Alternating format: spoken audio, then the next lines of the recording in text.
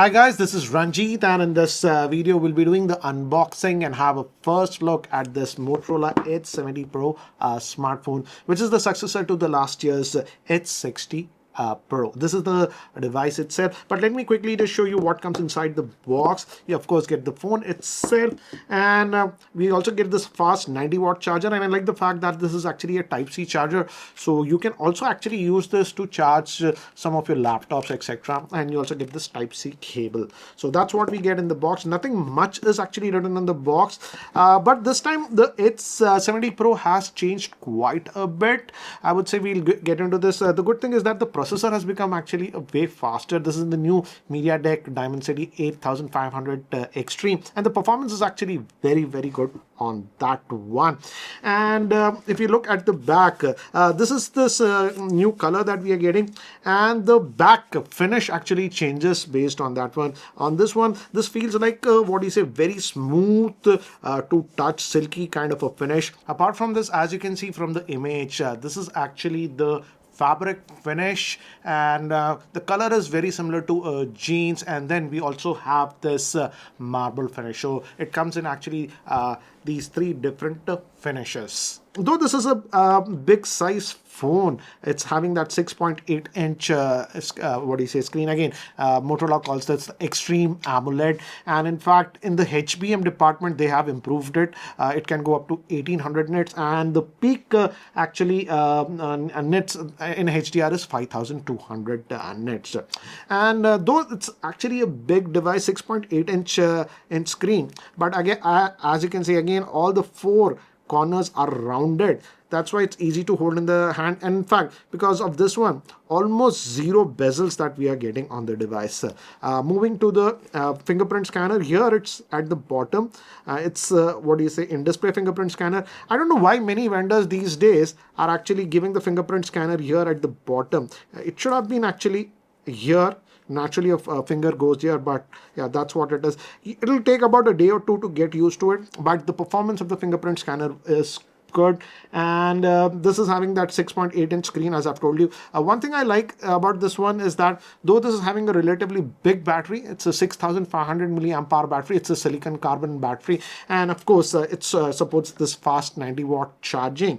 Then also the phone is actually not that heavy to hold, and the weight balance has been done well. It weighs just 190 grams, which is actually good for a phone having a battery capacity of 6500 milliamp hour. In the physical aspects, again, this is very similar to other Motorola phones that we are seeing. Again, this also supports Dolby Atmos. In fact, the speakers are pretty loud on this one. And here we have the volume rocker, up and down power button over here, and bottom again speakers. Again, dual nano SIMs. I'm actually testing it with the what do you say, Geo SIM for a change, because many of you actually complain that I always test with the Airtel SIM, so I put the Geo SIM. And again, this is that AI button. In fact, in terms of AI, you have multiple AIs on this one. I'll just not talk about that later, but again, you have perplexity, you have the what do you say, Copilot option, and of course you also have the Google Gemini. If you press and open this what do you say button, Google Gemini Live will come. So you have three different AIs on this one. And apart from that, if we move towards the back, here you'll notice that it looks like a triple camera setup. Actually quad it looks, but no, this is just a flash. And in fact, the main cameras are actually only two. The main camera is a 50 megapixel. This is this new Sony Litia 710. In fact, I was surprised with the camera performance. The camera performance is actually very good in low lighting conditions. That surprised me. And even in low lighting, generally we have that lot of shutter lag. That was actually not the case. So they have put really good effort on the main 50 megapixel camera. Then second camera, that's ultra wide and macro. This is also 50 megapixel. And this third one is actually not a camera. This is a 3-in-1 what do you say, light sensor. So the missing thing is it does not have a 3x or a 4x telephoto lens. I feel they should have given the telephoto lens instead of this 3-in-1 light sensor. Moving to the front camera, again, this is a punch hole, and good thing is that this is also a 50 megapixel. In fact, this also has auto-focusing. I'll show you the camera samples, etc.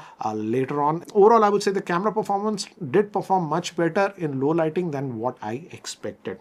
Again, in terms of UI, it's the typical Motorola UI that you're getting. Left, we have the Google pane that you're getting, and This is what you have, app tray and all these things. There are some extra apps that were pre-installed on this one. For example, of course, we can't say that Perplexity, Copilot, because these are the AI assistants that you can choose. But LinkedIn, Facebook, Instagram, and this in this app store was actually pre-installed. Apart from that, when I went inside, I also noticed this games folder.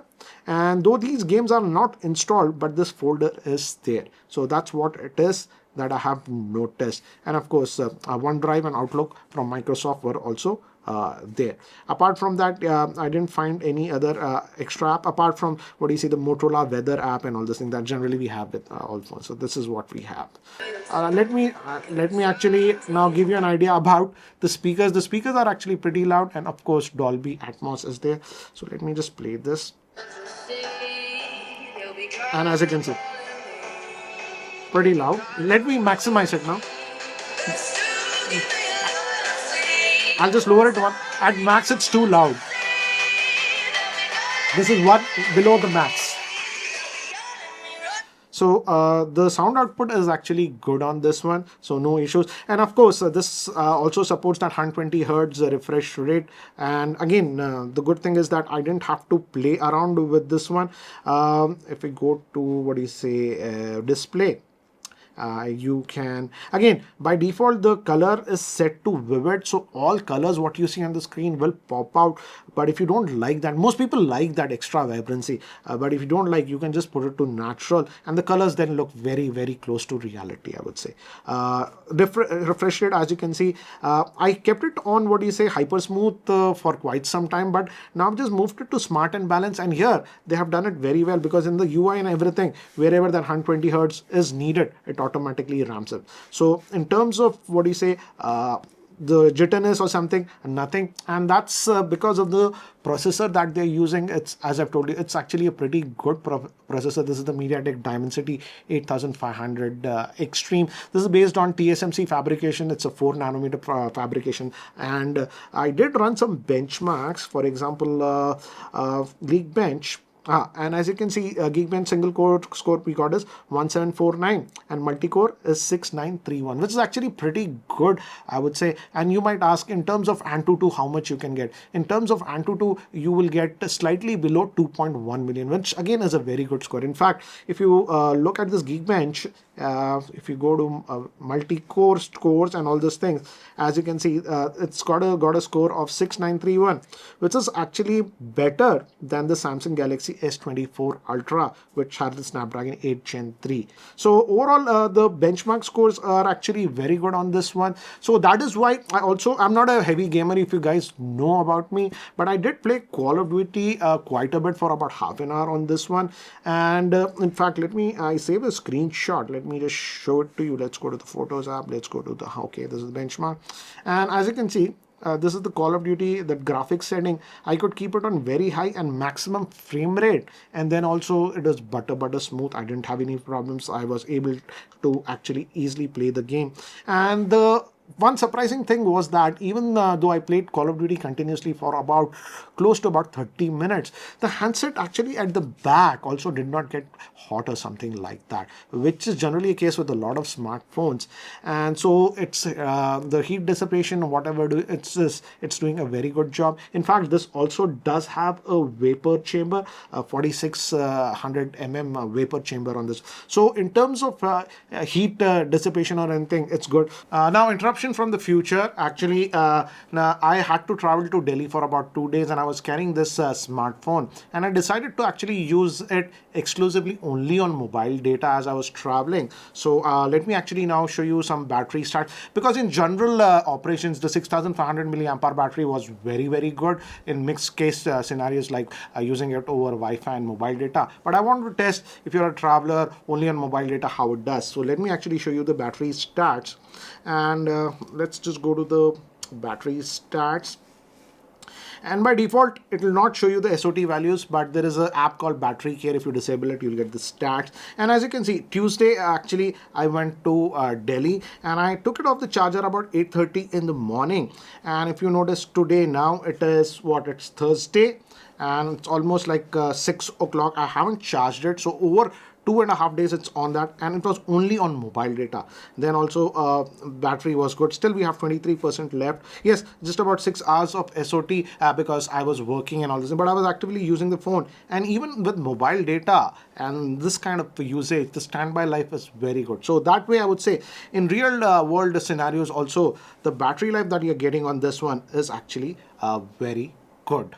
Apart from that, guys, it gets the standard stuff that all Motorola phones are offering. That is the military STD 810, also IP6869 that you are getting on this one. The front glass is Gorilla Glass 7i. In fact, guys, here I'll have all the specs that you can have a look at it. Out of the box, this is getting, what do you say, Android 16. And in terms of updates, Motorola is promising next 3 years of OS upgrades and next 5 years of security updates.